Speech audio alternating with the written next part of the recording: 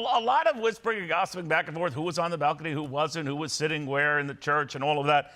Jonathan Sacerdoti joins us right now. Also, Richard Fitzwilliams, I should say, royal experts extraordinaire. So, Jonathan, let me go to you first on what the protocol is for the balcony appearance. I didn't see Prince Harry up there. Don't believe I saw Prince Andrew. What is the rule of thumb on that? Well, they're probably quite grateful not to be there because of this beautiful British spring weather that we're enjoying just at the moment. They may be inside keeping warm. And in reality, the way this works is it's already a precedent that's been set. The people who are out on the balcony are mostly the working royals. And of course, that doesn't include Prince Andrew or Prince Harry for different reasons. And so the people who were out there were representing that side of the family that is serving as working royals day in, day out for the British people. Richard, separately, we're learning that Prince Harry is going to boogie out of there within a matter of an hour or two. So he's not staying very long. What are we to make of that? And whether he has had any audience with his father, just he and his father, anything like that? I think the feeling is that the Sussexes have conducted, since they stepped down as senior working royals, a form of guerrilla warfare, frankly, against the royal family. I mean, we saw Oprah, which was tremendously damaging. So recently, we've had the Netflix docuseries, Harry's Memoir Spared, a whole series of interviews about that. And I have to frankly say, and I wish I could say otherwise on a day that is joyous, but the rift is very, very deep indeed. And frankly, some of Harry's language, for example, to describe Queen Camilla, I mean, that was just deplorable. So for everything we understand, and of course things can change, the Sussexes are completely unpredictable, but they appear, with Meghan taking Archie's birthday as an excuse not to appear, and Harry coming just for the ceremony, we understand. And quite frankly, I think it would be very, very difficult for him to discuss anything with any other member of the royal family without them fearing it might appear in the next book, in some interview or whatever. I mean, I suspect that everything we've been told by unofficial spokespersons and sources is that he's leaving. I mean, I'm glad he came. I think most people feel that.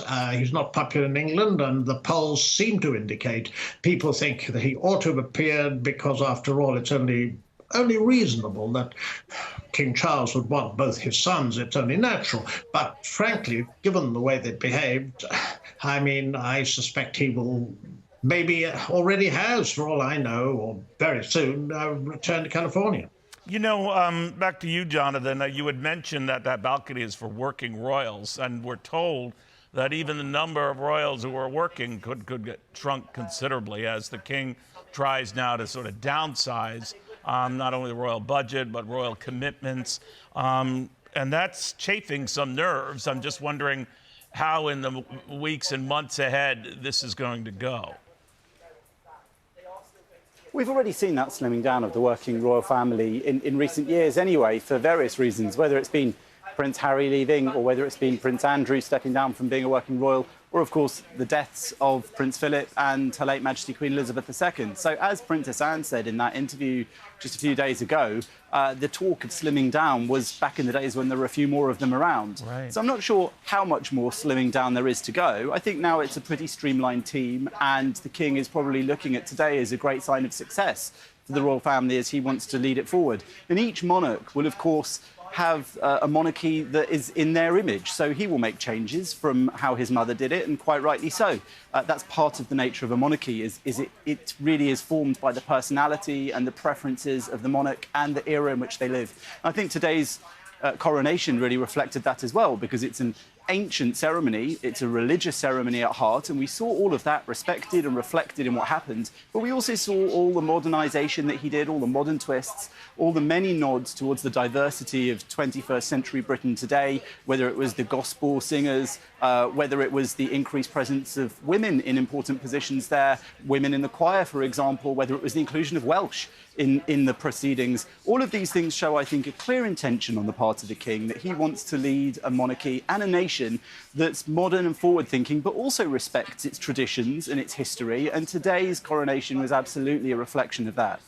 You know, and you guys know this subject far better than I, but Richard, I was curious about the message that King Charles is sending.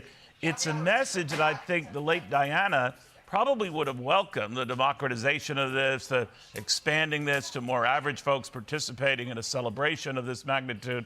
A lot of that has her imprint on it, not that that was deliberate or intended, but what do you think of that? Yes, I think it's a fair point in the sense that Diana was all for the democratization of the monarchy, but I think you'd also make the point that a lot of this would have happened anyway. Society changes, and I mean, each monarch has their own particular style, and things have often moved on. I mean, monarchy, if one looks, for example, at primogeniture, the preference of the male over the female that was only abolished a decade or so ago. I think it's a fact that Diana, she was a deeply complex person. She was in many ways deeply unhappy and also brilliant, rather like a meteor. And one has to say that, yes, she would have wished a different monarchy to the one that she experienced. But on the other hand, it's terribly important that those, and there are quite a lot of them, and they're very vociferous now, who attack the institution. Diana would not have been able to do what she did regarding the campaign against landmines, which was a posthumous success, regarding her reaching out to HIV/AIDS sufferers and so forth, if she hadn't been royal. And that is so important because the Republicans are making a lot of noise, but there are very few of them still. That's a brilliant point, and it's true. Without that, the gravitas that came with being a royal, even a former royal, it does carry clout. Richard, final word on that. Jonathan, thank you as well, my friend. Very good read on this. Any more developments from London, of course, we'll keep you posted.